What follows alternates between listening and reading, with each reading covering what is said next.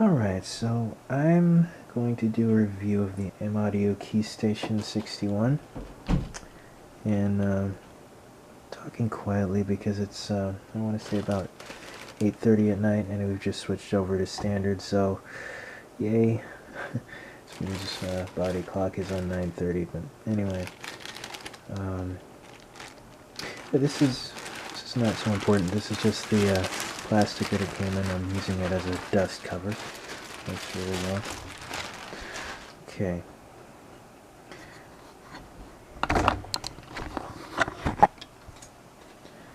So I think the first thing we'll go over is the layout. It's pretty simple. We have our volume fader here. We have our up and down octave buttons. We have our advanced functions, modulation and pitch bend. And again, a very nice feel on this. And over here, well, of course, we have the Keystation 61 ID. We have all these things indicating functions that you can activate with the advanced knob. And over here, we have our some transport controls, some up and down arrows, and I believe the center one will be enter, and of course M-Audio badging. Is badging word? I don't know. The keys, which are very nice keys. There's 61 of them, as indicated by the name. They're plastic. They are piano style, full size. You can hear them clicking a little bit. They're not. It's semi-weighted, so it's not gonna. Doesn't feel like a piano, but the action is still very good.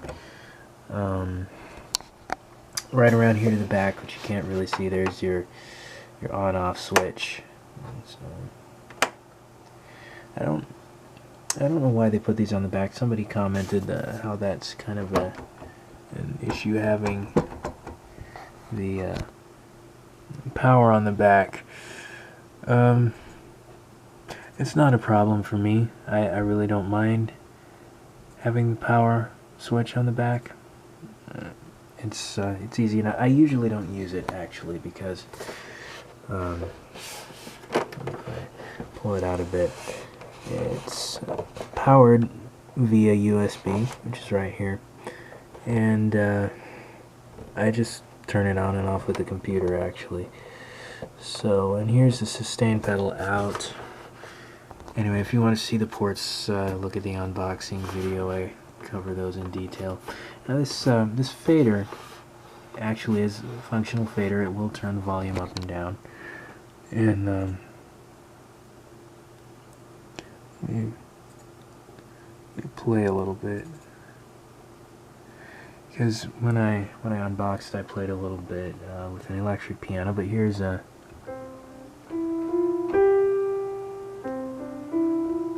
this is a piano sound that came with it. It's actually Sonivox 88 Ensemble, which is a very well sampled piano. Not what I was expecting. I was expecting it to sound, because you listen to the demos on YouTube or website videos, they don't sound so great, but it is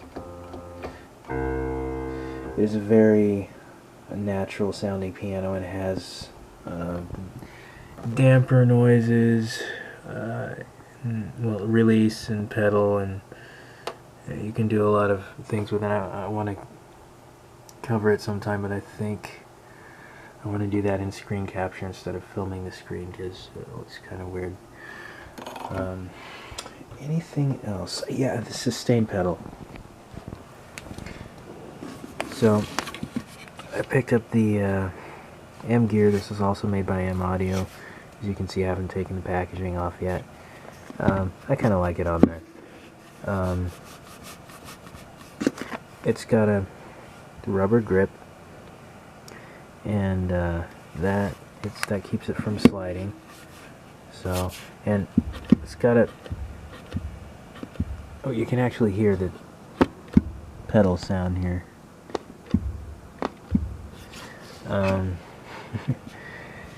It has a nice spring in it, and it felt a lot more solid than I was expecting for a $20 sustain pedal.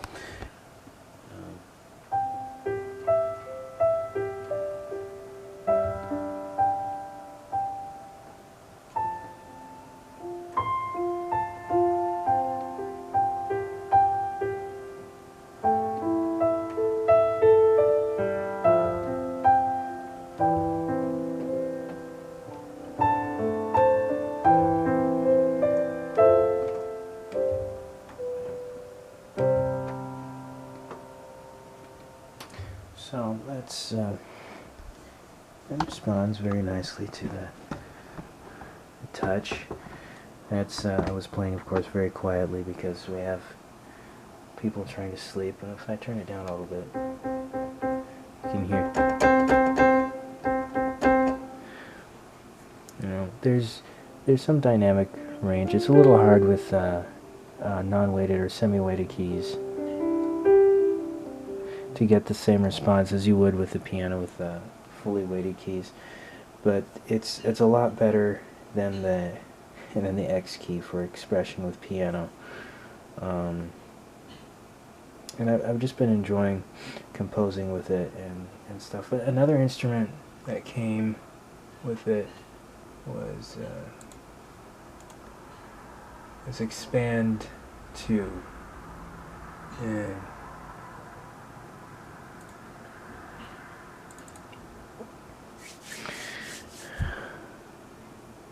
And again, I want to cover this probably in screen capture, but it has analog synth sounds and string sounds, and it's basically the composer's toolbox. Some of the sounds are actually pretty decent. Some of them, you know, I would want to go to another software instrument for those sounds, but I really haven't. I've only scratched a little bit of what this can do. It has I don't know, 2,000 sounds on it, I think, and the 88 has several different piano settings on it. I'm just using the default one right now. Oh wait, no, that's not the default one. That's that's Expand. Here we go, the default piano. So it's a really nice toolkit. Oh, it also came with Ableton Live 9, which I haven't delved into very much because I use Reaper mostly, and that's for my MIDI production, and then I do some other stuff in Adobe Audition. There are some DAW controls, so like the transport, but for me I found that all they're controlling is the keys, and I haven't figured out how to get them so that they control Reaper, which is and because I would like to be able to use it to hit the transport buttons here. I would like to be able to control it here if I could, and avoid that extra step of having to jump down to the keyboard here, take my hands off of this, and you know, it would be nice to select tracks and stuff, but I'm not complaining. It's really not that far of a stretch, and overall this is plastic, like I think I mentioned before, but it's a fairly solid build. Well, first of all, it's heavier than I expected it to be. I want to say it weighs about 20 pounds, maybe 25 pounds. It's probably closer to 20 if I look it up. This, which I will do right now, look it up. I don't want to be spitting numbers out here that don't make sense. Okay. Keystation 61. Let's see here.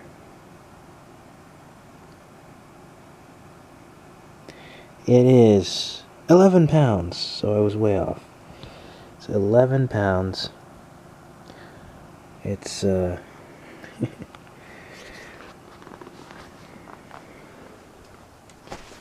so 11 pounds of crazy. Okay, it's not that crazy, but very solid build quality. I like, again, the sustain pedal. I mean, I am tired. This time change thing. It's I'll get the name here in a minute. Pitch. Just look at the words there, I would get it. Pitch bend wheel. As you, it's very much like the. I had a DGX 640, which is a Yamaha digital piano, and it had all it had was pitch bend. It didn't have modulation, so that's an upgrade for me in this department, even though this is just a controller. But the pitch bend wheel would snap, you know, and this is springy too, but it doesn't snap with that plastic sound. It's kind of like a there's more friction in it. That's the word I'm wanting. And then modulation wheel, of course. So we have, let's just play with the pitch bend. Let's see if the mod wheel works on the piano. Nope. It'll work on the synth sound though. Let's give that a shot.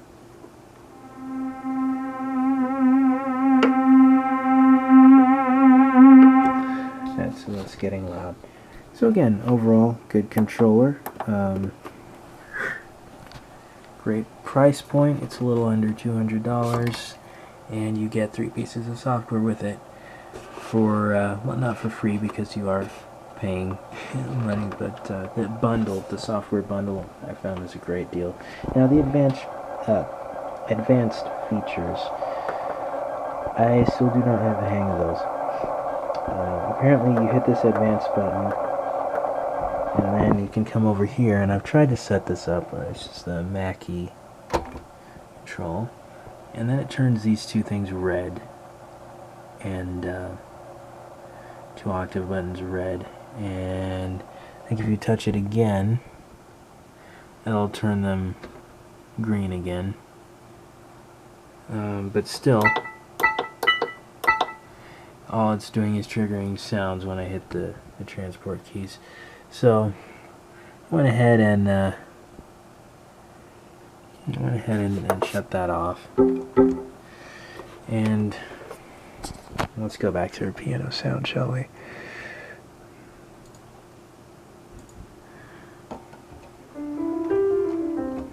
So again, because it is 61 keys, it has to have these octave up and down. So they're pretty self-explanatory. That's as high as it can go, obviously, and this is as low as it can go. So coming from the X key, this is very helpful because I can tell when it's in the root position where this is middle C, right, and we have our 5 octaves, and then when I touch it again, I can tell that now this is going to be an octave up, and so now this is middle C, and so on. So that's the highest note on the piano. So if I were to go up again, it turns this blood orange, and it looks red on here, but it's actually orange in life. So that would be highest key here, and then of course I guess that's why it turns this color, because those don't work anymore. And then you can go down, so now middle C is clear up here, and then last C on the piano. And to to get the last note, you have to do it down one more to the yellow, and then you have, which I won't hit very loud again because it's night. Okay, so that's basically it. It's very easy to use. It is plug and play, so the software that comes with it is not necessary to get it to work. You can just plug it in, and then, like we did with the X key, you go to your setup, which in my case is preferences, and once we are as adjust here, yes, you go to Keystation. As you can see, I've already set it up. It's enabled. Of course, you know I set it up because I was just playing it. And then you just start playing.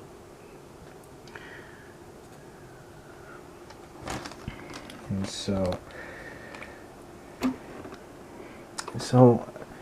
another thing that's helpful to have with this is some sort of stand. I mean, I have it on the desk here, and that works too. I do have to stand and play it.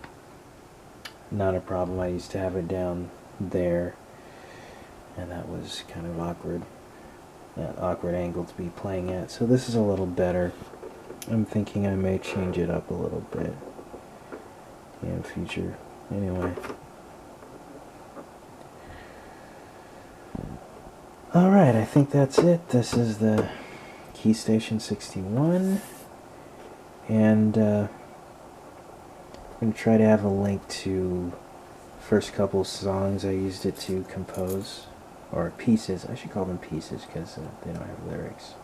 Anyway, first couple pieces I used this to compose. I'll try to put a link to those either in the description or on the video, and hopefully this has been helpful, and thank you for watching.